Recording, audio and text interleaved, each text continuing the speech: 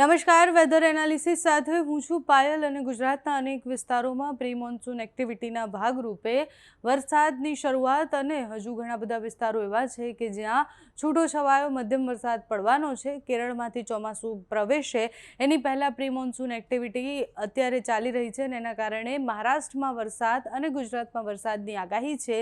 System જે બંગાળની ખાડી અને અરબી સમુદ્રમાં બની છે, અરબી સમુદ્રની સિસ્ટમ ધીરે ધીરે ઓમાન તરફ જાય તેવી સંભાવના છે. ગુજરાતમાં જે ટ્રફ ખેંચાઈને આવ્યો છે એટલે મહારાષ્ટ્રના દરિયાકાંઠાથી જે ટ્રફ જે છે ઉપરની તરફ આવશે ને એના કારણે અનેક વિસ્તારોમાં છૂટો છવાયો વરસાદ પડે તેવી સંભાવના છે. આ દરિયાકાંઠાના વિસ્તારમાં તમને જુઓ આ દેખાતું હશે કે અત્યારે ગાજવીજ સાથે વરસાદની આગાહી છે.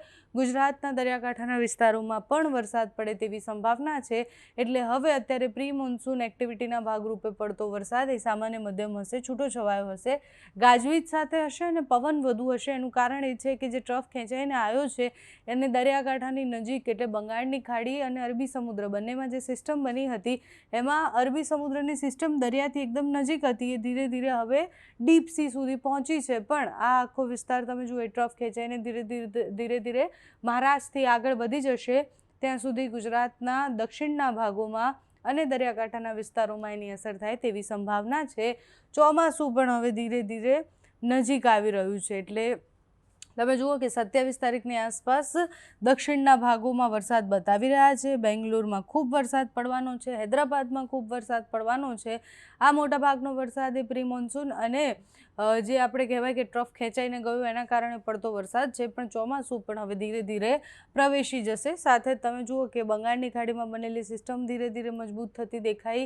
એટલે અહીંયા એક સિસ્ટમ બનેલી છે, એ સિસ્ટમની પણ અસર થવાની છે. ધીરે ધીરે શ્રીલંકા તરફ આવે એવી સંભાવના છે. બાકી બંગાળની ખાડી અને અરબી સમુદ્ર બંને જગ્યાએ બનેલી સિસ્ટમ એ ઘણા બધા વિસ્તારોને અસર કરશે. અત્યારે તો આપણે દરિયાકાંઠાના વિસ્તારથી એટલે મહારાષ્ટ્રની બોર્ડરથી, મહારાષ્ટ્રના દરિયાકાંઠાથી ધીરે ધીરે દક્ષિણના ભાગ સુધી વરસાદ પહોંચે તેવી સંભાવનાઓ છે. એટલે અનેક વિસ્તારો એવા છે કે જ્યાં છૂટો છવાયો સામાન્ય મધ્યમ વરસાદ પડી શકે એવી આગાહી કરવામાં આવી છે હવામાન નિષ્ણાંત હવામાન વિભાગ દ્વારા. હવામાન વિભાગે કયા કયા વિસ્તારોને એલર્ટ આપ્યા છે? તો દક્ષિણ ગુજરાતના મોટાભાગના વિસ્તારોમાં એલર્ટ છે. એટલે એ વલસાડ, વાપી, ડાંગ આ બધા વિસ્તારોમાં, મધ્ય ગુજરાતના અમુક, છોટાઉદેપુર, દાહોદમાં પણ એલર્ટ આપવામાં આવ્યું છે. દરિયાકાંઠાના વિસ્તાર, અમરેલી અને બીજા બધા વિસ્તારો આસપાસના જેટલા છે એટલે ભાવનગર, અમરેલી, બોટાદ આ બધા વિસ્તારોમાં પણ એલર્ટ છે. એટલે ત્યાં પણ વરસાદ આજે પડી શકે તેવી સંભાવના છે. અત્યારે વાદળછાયું વાતાવરણ થોડુંક અને ગરમીથી થોડીક આંશિક રાહત મળવાની છે.